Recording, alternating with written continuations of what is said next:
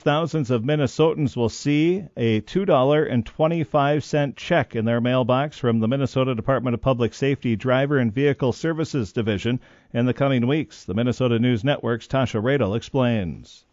The refund is being sent to Minnesotans who were charged a registration technology surcharge twice when they transferred their title and renewed their vehicle registration at the same time.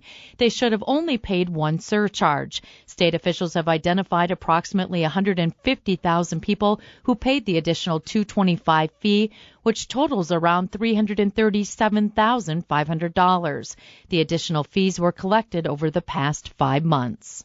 And state lawmakers are taking a closer look at the $500 million one-time spending education plan DFLers rolled out earlier this session. At a committee meeting Thursday, Republican Representative Josh Heitzman of Nisswa questioned why the funding isn't more long-term. I think that should raise a lot of question marks for Minnesotans as they wonder what is happening here in St. Paul and what the DFL's priorities are.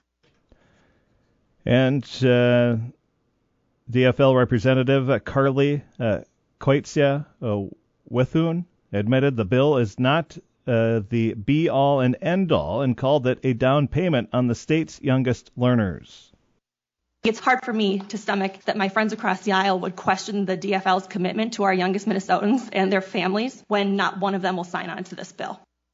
The package of bills aims to close opportunity gaps for students and funds short-term learning scholarships, child care assistance, and voluntary pre-K. Leaders of the Minnesota Senate's GOP majority have proposed giving the state's projected $1.3 billion budget surplus back to taxpayers. They unveiled the package of income and other permanent tax cuts Thursday that's aimed more at the November elections than the current legislative session.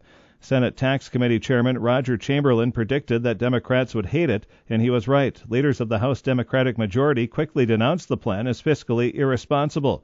House Speaker Melissa Hortman says it would undermine the state's ability to provide good schools, good roads, and good health care.